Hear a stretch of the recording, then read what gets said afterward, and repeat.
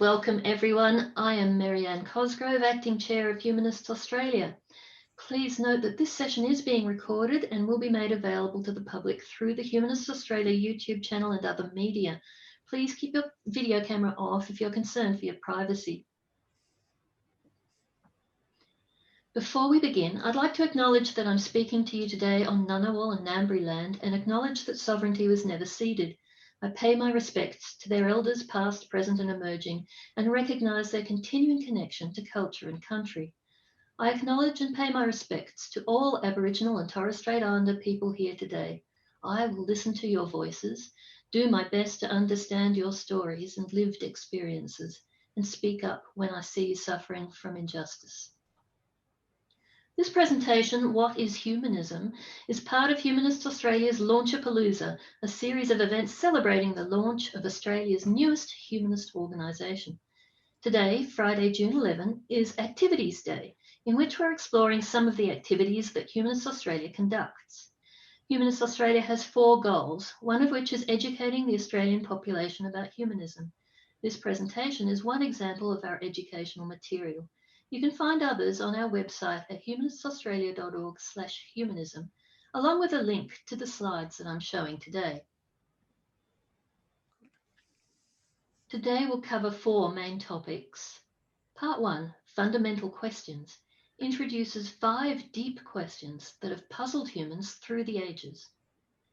Part 2, History of Humanism, explores how humanist thinkers have thought about these 5 questions from ancient times until today. Part 3, Humanism Today, describes the current state of humanist organisations. If you have humanist values, you are not alone. Part 4, Humanist Answers, shows how humanism can be a framework for answering the 5 deep questions.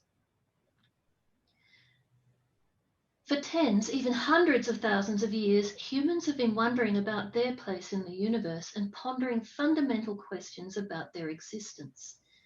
These deep fundamental questions include ones like, how can I understand the world? How can I find meaning and fulfillment in life? How can I find comfort when I'm grieving? How do I deal with the fear of my own death? How should I behave? What is right and what is wrong? Humans invented religions in order to help answer these questions. Humanism also developed as an approach to life that answers these questions, but unlike religion, humanism is grounded in observable reality and in compassion and respect for all humans. So let's take a look at how humanism developed through the ages. There have been many, many humans from all around the world who have contributed to humanist answers to these questions. Today we have time to look at only a few. I'd like to start with the oldest continuous cultures on Earth. For tens of thousands of years, Indigenous Australians have lived in stable societies. The ability to live relatively peacefully side by side with their neighbours for such a long period of time demands respect. How did they do it? They've passed down stories which, far from being mere superstition, embody knowledge of how to behave, when to harvest specific food sources, how and when to burn to manage the land, and especially how to live in their society and care for each other. Bruce Pascoe, author of Dark Emu, has undertaken extensive study of Indigenous culture and practices. He writes, an indication of how Aboriginal cultures emphasised peace and stability is reflected in a central explanation of Yuin culture on Goolaga Mountain, near Tilba Tilba on the south coast of New South Wales. You are asked to pause at the healing rock and consider the welfare of the unborn child, the ill, the troubled. He goes on to describe the story of Niadi and Tunku, the first man and woman, weaving the majestic features of the landscape at Goolaga into the story as the Yuin people have done. By the time you leave the trail, he goes on, you realise that you have not seen a weapon, nor heard one story of a vanquished foe, but instead are shown the centrality of women to human life and the respect that woman, the mother, must be shown. You and men in formal situations use the saying, we all arise from the mother. That is the law. These stories illustrate the compassion and respect that are central to humanism. More recently, around 500 BC, Confucius was a Chinese moral philosopher, founder of the school of Confucianism, a way of life that focuses on humaneness, living a compassionate life. He said, "As for humaneness, you want to establish yourself, then help others to establish themselves. You want to develop yourself, then help others to develop themselves. Being able to recognize oneself in others, one is on the way to being humane." Menshi, also known as Mencius, was a follower of Confucius, often referred to as the second sage of Confucianism after Confucius himself. He believed that human beings have the natural capacity to know how to behave. It's part of human nature. One who lacks a mind that feels pity and compassion would not be human. One who lacks a mind that feels shame and aversion would not be human. One who lacks a mind that feels modesty and compliance would not be human. And one who lacks a mind that knows right and wrong would not be human, he said.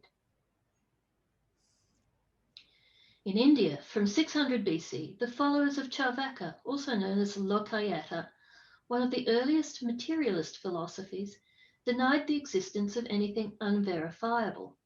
This was a popular belief system in India before the emergence of Buddhism and Jainism.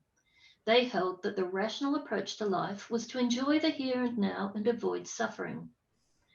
While life is yours, live joyously. No one can avoid death's searching eye. When this body of ours is burnt, how can it ever return again? They said. Most of their texts have been lost, but their philosophy lives on, ironically through philosophers of other religions who critiqued them. According to the Mughal historian Abul Fazi ibn Mubarak, they described heaven as the state in which man lives as he chooses without control of another, while hell as the state in which he lives subject to another's rule. On statecraft, Charvakas believe, states Mubarak, that it is best when knowledge of just administration and benevolent government is practiced. Historian Dale Ripe states, "It may be said from the available material that Charvakas hold truth, integrity, consistency, and freedom of thought in the highest esteem, all humanist concepts."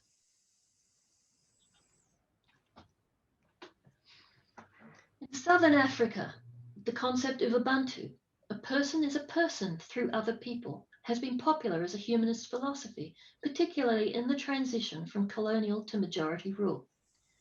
Barack Obama said of Nelson Mandela that he understood the ties that bind the human spirit.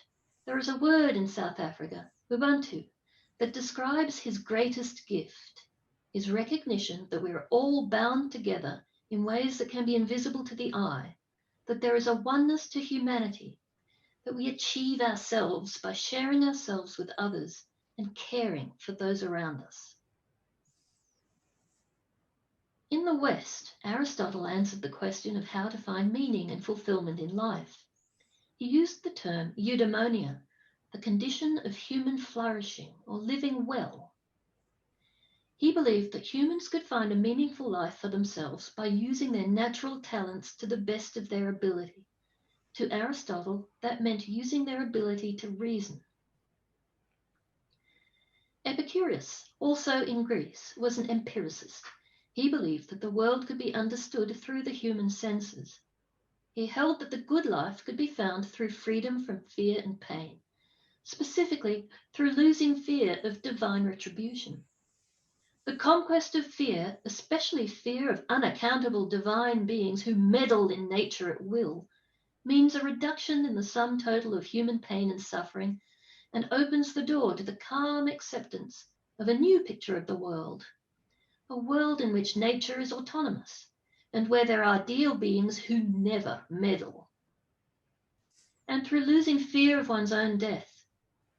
Death, therefore, the most awful of evils, is nothing to us, seeing that when we are, death has not come, and when death is come, we are not. Western philosophers of the Enlightenment period, the 1700s, are commonly thought to be the founders of modern humanism. Two examples are David Hume and Thomas Paine. Hume said, "A wise man proportions his belief to the evidence and should always reject the greater miracle." He believed that benevolence towards others tends to promote the interests of our species and bestow happiness on human society.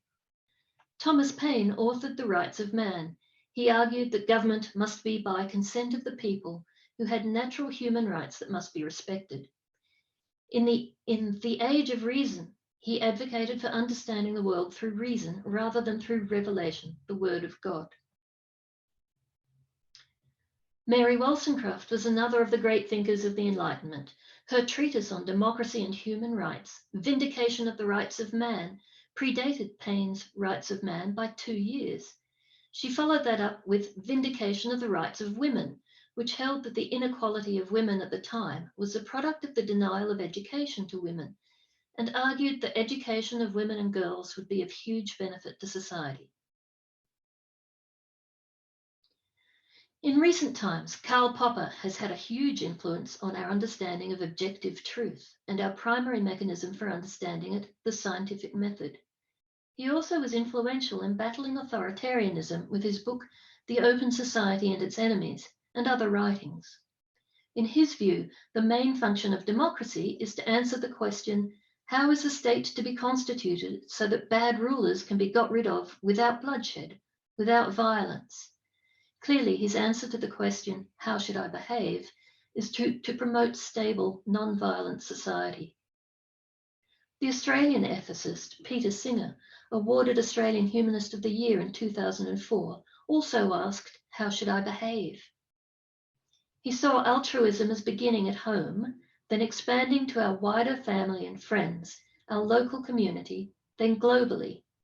He said, the only justifiable stopping place for the expansion of altruism is the point at which all whose welfare can be affected by our actions are included within the circle of altruism. This means that all beings with the capacity to feel pleasure or pain should be included. Singer's books include Animal Liberation and The Life You Can Save on effective altruism.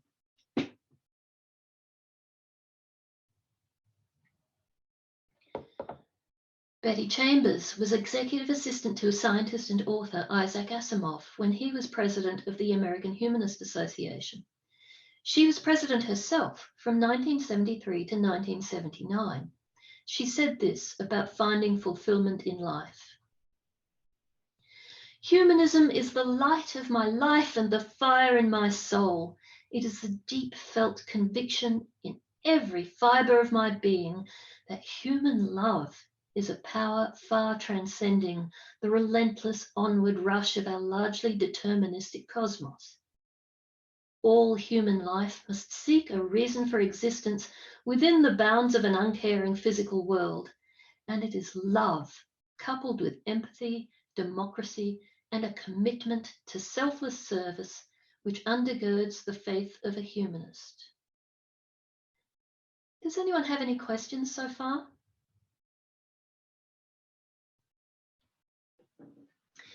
Let's now take a look at modern humanist organisations. If you share humanist values, you're not alone. Humanists International is a global union of humanist organisations. Its president, Andrew Copson, welcomed Humanists Australia at our official launch yesterday. Humanists International campaigns on humanist issues, defends humanists at risk, lobbies for humanist values at international institutions, and works to build the humanist movement around the world. You may have heard it referred to by its previous name, IHEU, the International Humanist and Ethical Union. All member organisations of Humanists International are required to signify acceptance of the IHU Minimum Statement on Humanism. Humanism is a democratic and ethical life stance, which affirms that human beings have the right and responsibility to give meaning and shape to their own lives. It stands for the building of a more humane society through an ethic based on human and other natural values in the spirit of reason and free inquiry through human capabilities. It is not theistic, and it does not accept supernatural views of reality. Does anyone have any questions about the minimum statement?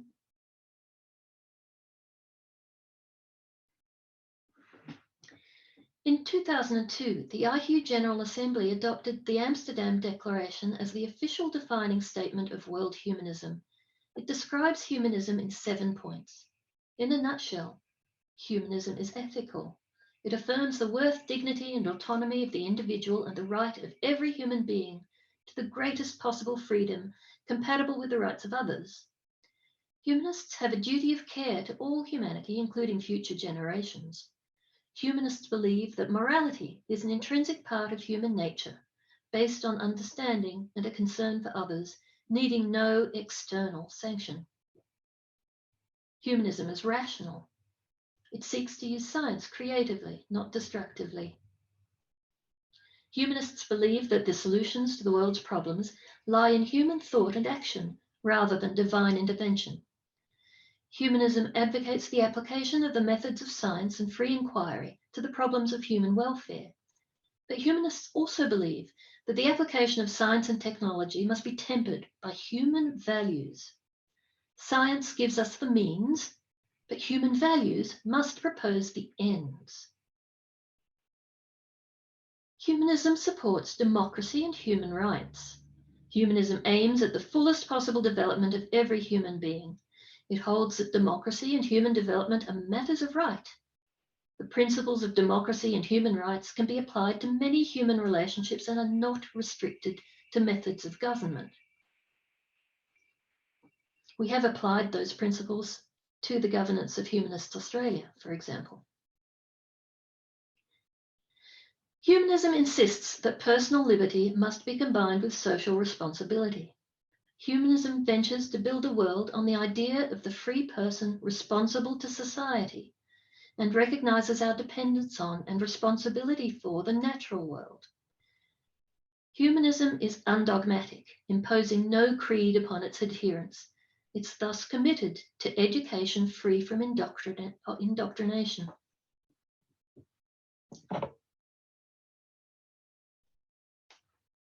Humanism is a response to the widespread demand for an alternative to dogmatic religion. The world's major religions claim to be based on revelations fixed for all time, and many seek to impose their worldviews on all of humanity. Humanism recognizes that reliable knowledge of the world and ourselves arises through a continuing process of observation, evaluation, and revision.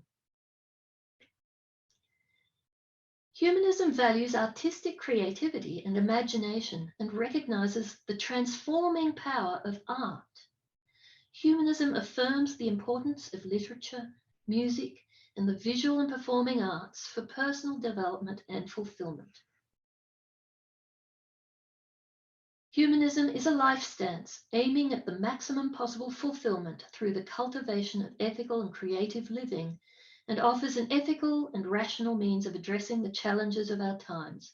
Humanism can be a way of life for everyone, everywhere.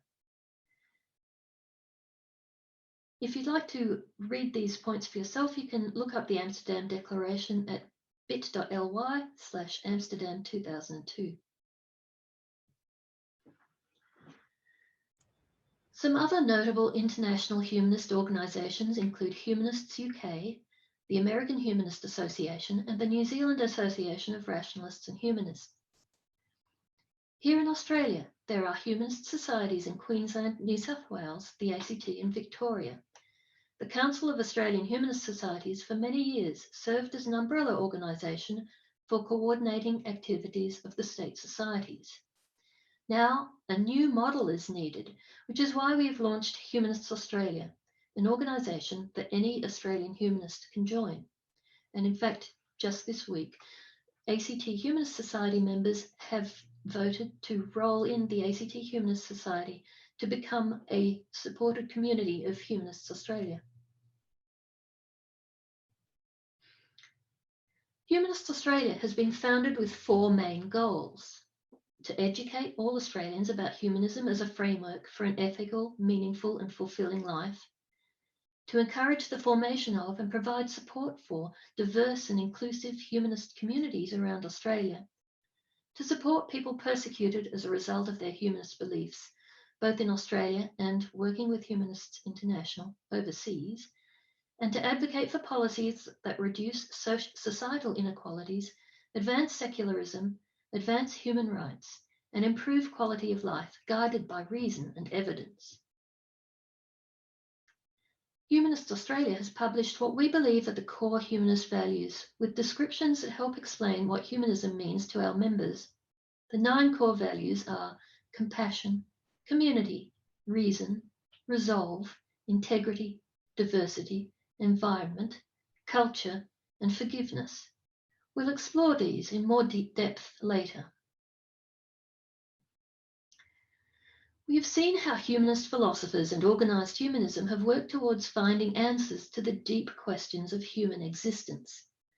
While these questions are not the type to have one single correct answer, let's explore how humanism can be a framework for individuals to find their own answers.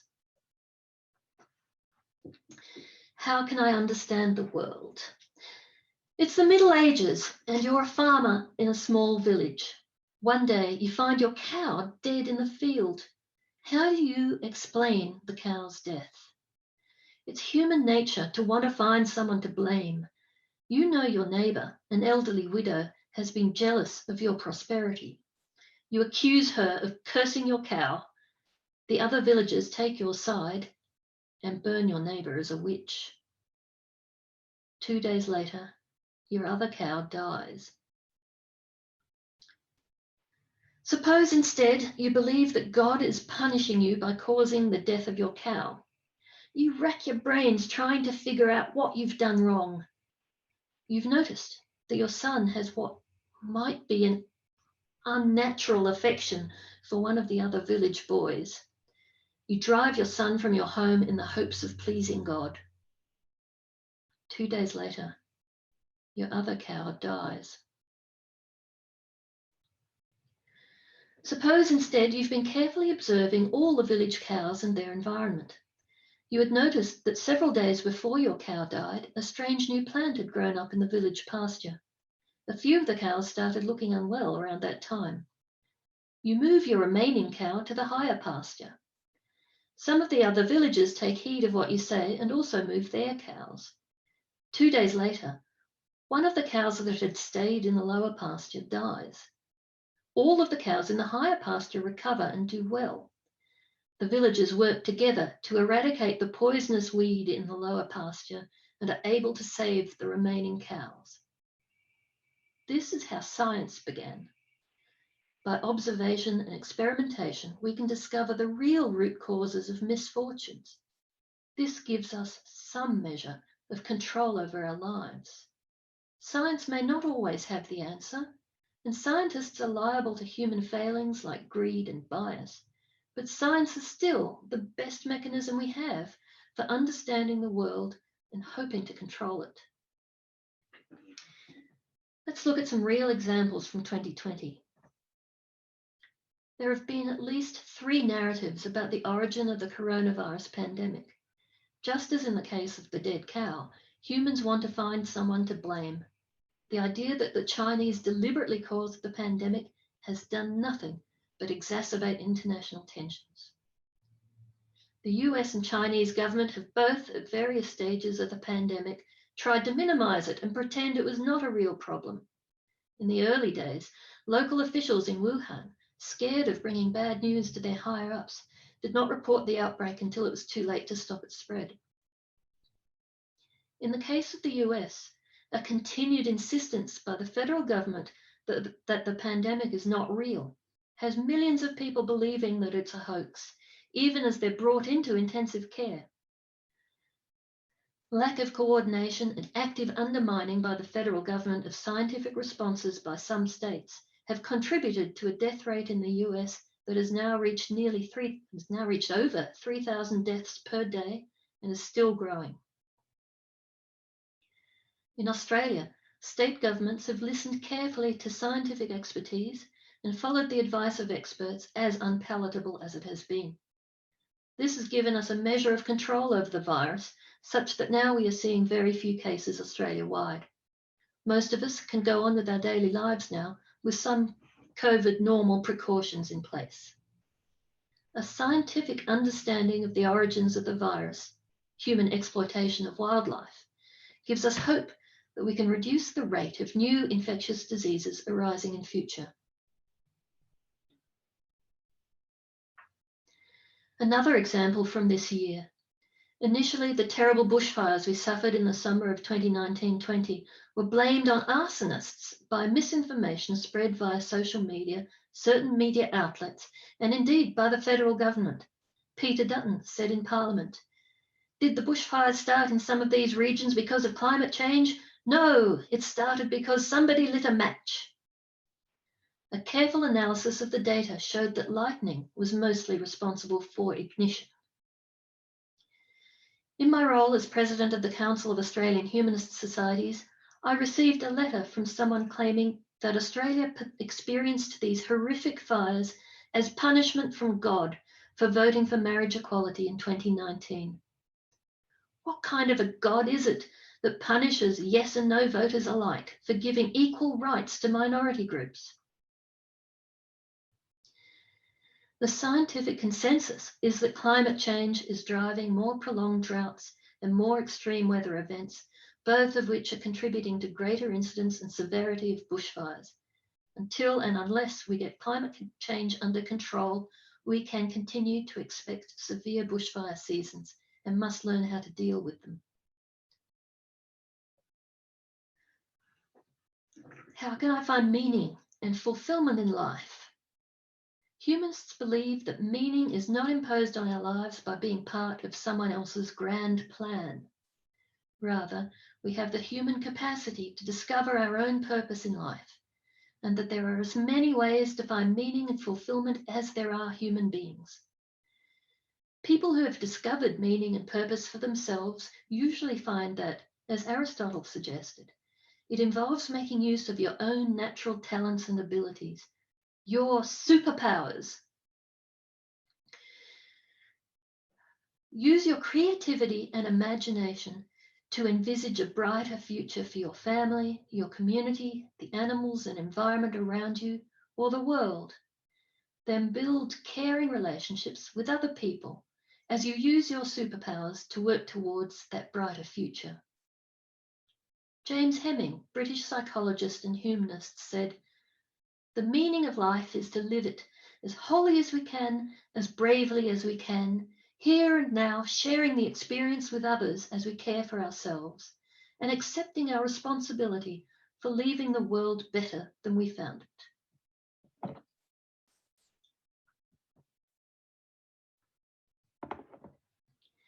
How can I find comfort when I'm grieving? For many people, religion is a comfort they turn to when they're grieving. The idea of being reunited with loved ones in heaven can be a consolation. Without the belief in heaven, humanists find comfort in other ways. Lives don't have to be permanent to be valuable and meaningful. I can take comfort in the fact that my loved one existed and still has an important place in my heart. I do not have to struggle to understand God's plan or wonder why I'm being punished. I do not have to fear the eternal damnation of my loved one, especially important for those who lost a loved one through suicide. Love does not end at death. The grief that we feel is the price we pay for love, and it's a reminder of the love that we shared.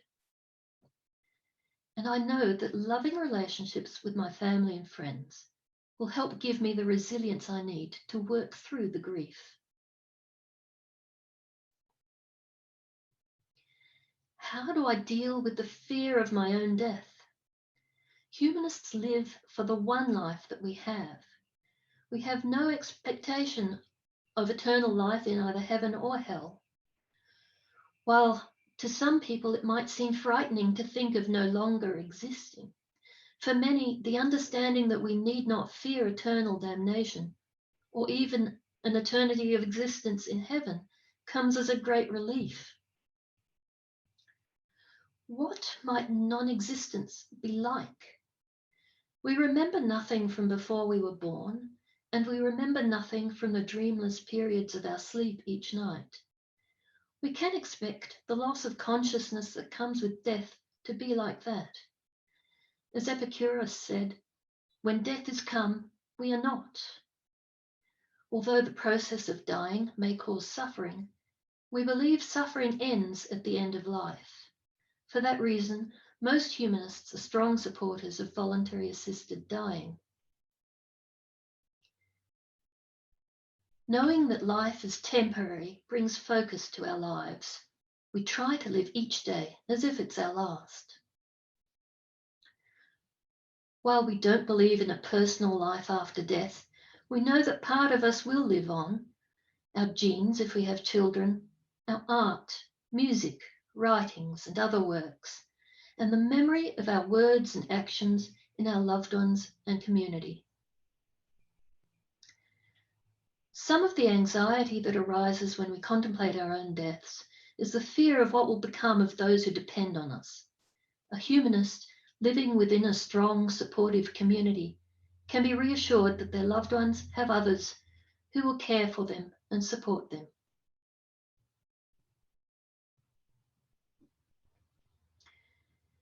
How should I behave?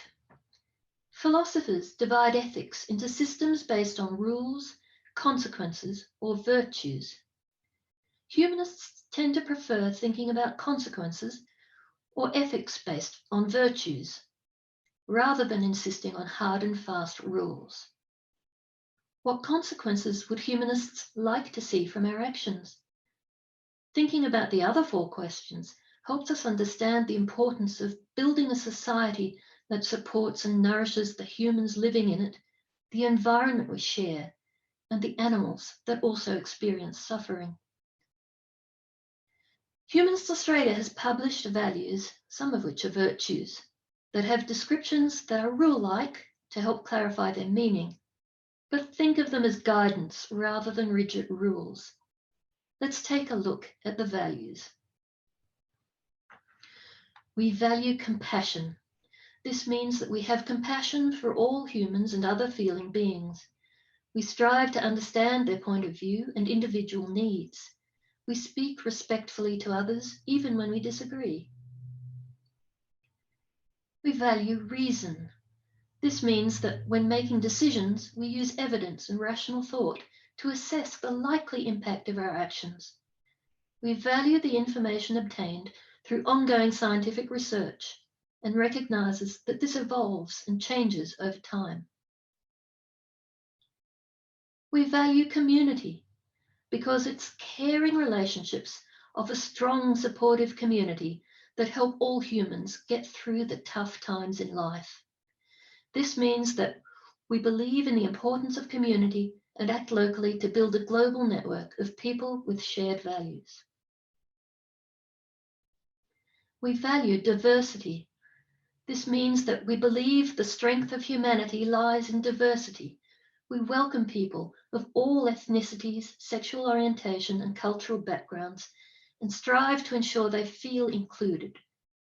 We value and respect people for their own sake and treat them ethically as equals. We believe all should have the same rights and opportunities.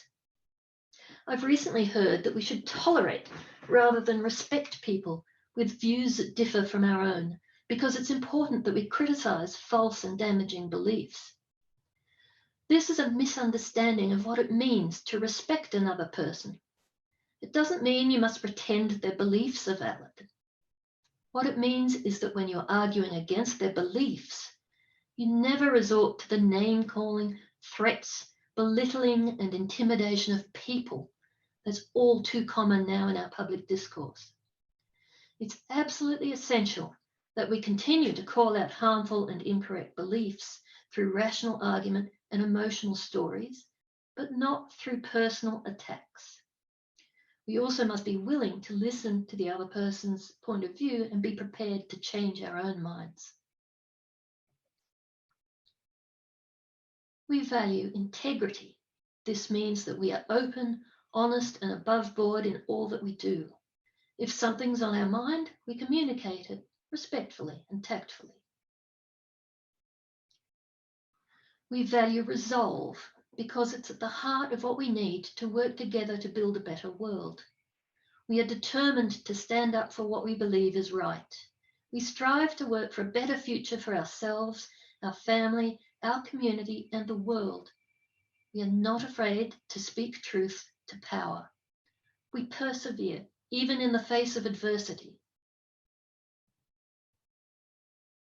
We value our environment because plants and animals are wonderful works of nature with their own intrinsic worth, and because animals, including humans, suffer as their environment degrades, and because the future of humanity relies on having healthy environments where people can thrive. We value and respect the planet and all the life it contains. We work to promote and sustain our ecosystem and reduce the environmental impacts of our industrial processes and resource consumption. We value culture. That means that we value great works of art, music, literature, and architecture, regardless of their origin, and respect culturally significant landscapes, geological formations, and artifacts. We support their preservation and believe in fair, equitable, and culturally sensitive access for all. Finally, we value forgiveness. When dialogue between opposite sides in a debate breaks down into name-calling, threats, or abuse, it's forgiveness that can restore civility. When communities are at war with each other in never-ending tit-for-tat cycles of violence, it is forgiveness that can break them out of it. Part of being human is making mistakes. When we make a mistake, we apologize and do our best to make amends. When someone errs against us, we try to forgive.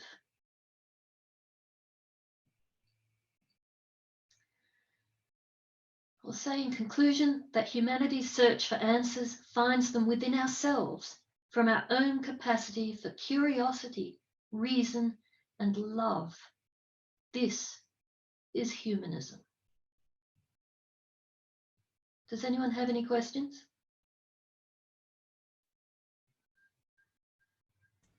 Not directly, Marianne, but I'll bring back the question that I get from friends who want to know why we insist that they can't believe in any spiritual side to the universe.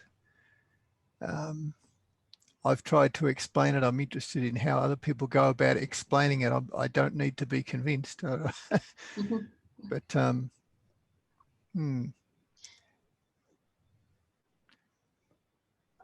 My take on that is that if there is a person who does believe in a spiritual side to things and shares our humanist values, I would welcome them. I don't personally believe in things for which there is no reputable evidence. Yep. I'd be curious as to why they believe in a spiritual side of things. Yeah, yeah. You can have feelings of spirituality without necessarily believing that there are spirits of some kind out there. I certainly experience a spiritual sense of awe when I'm inside a cathedral, for example. Yes, that's along the same lines I've used. Thanks. Les, you've got your hand up. Thanks, Marianne. Thanks for a really interesting talk. This is more a comment. I really liked your cow example before you got into probably for some the more emotionally charged examples of the bushfires and COVID-19. That first cow example really encapsulates in a really simple, straightforward way the different ways of seeking explanations. I thought it was beautifully simple and to the point. It was excellent. Thank you. I was wondering whether it might bring up some emotional feelings, having a kind of light-hearted illustration next to what's actually some fairly deep thoughts. Sue? I thought it was actually a really lovely segue, because I think that's often, it's that, taking the easy steps, if you like, just taking people through the steps and understanding the simple example, you know, and the slightly lighter one, I think then assists with understanding that when it's getting to the more serious issues. I really like that transition. Thank you.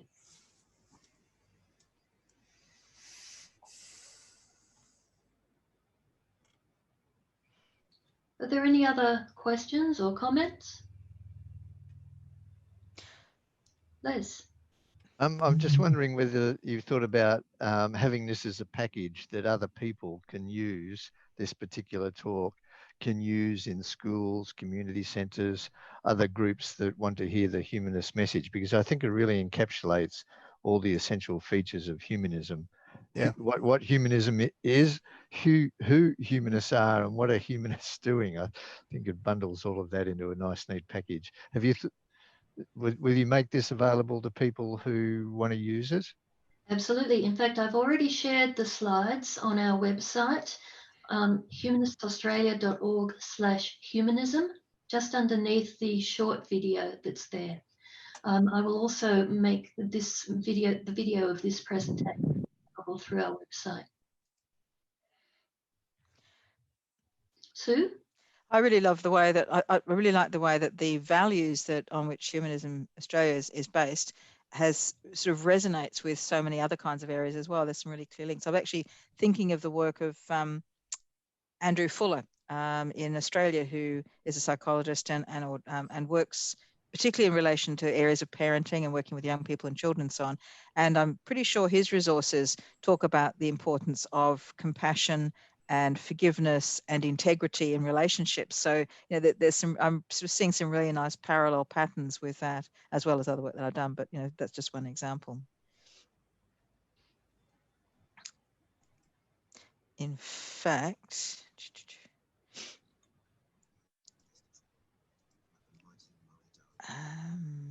yeah, I had the website bookmarked. I'll just stick this in chat in case anybody's interested in taking a look.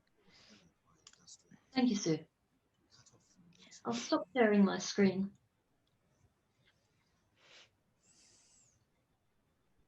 Just a quick comment from me, Marianne. James.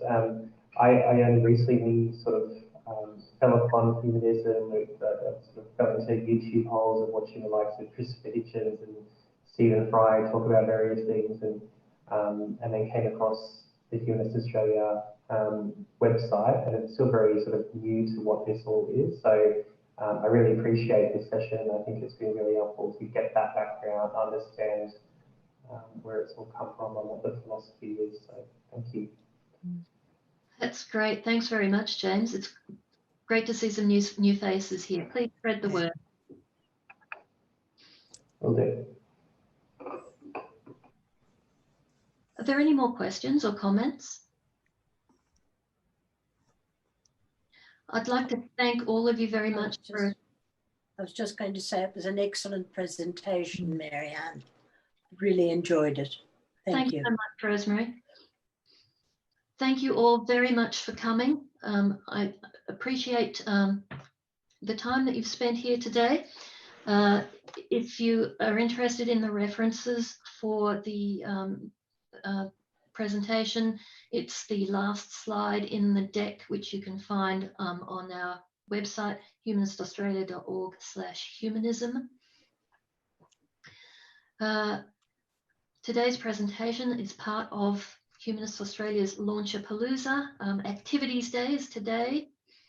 Tomorrow we have Community Day, and we have one more session for today, which is an example of one of our activities.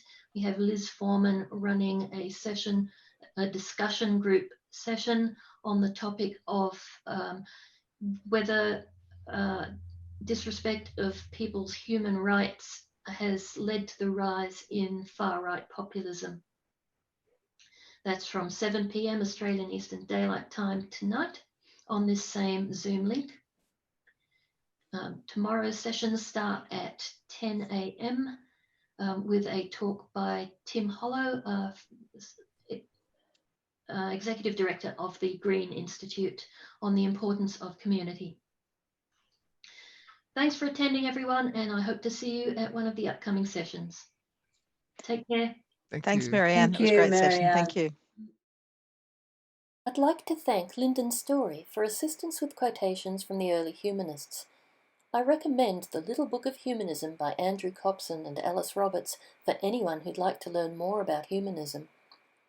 If you are experiencing grief, you may find Comforting Thoughts About Death That Have Nothing to Do with God by Greta Christina helpful, and also Grief Comes in Waves by the Loss Foundation.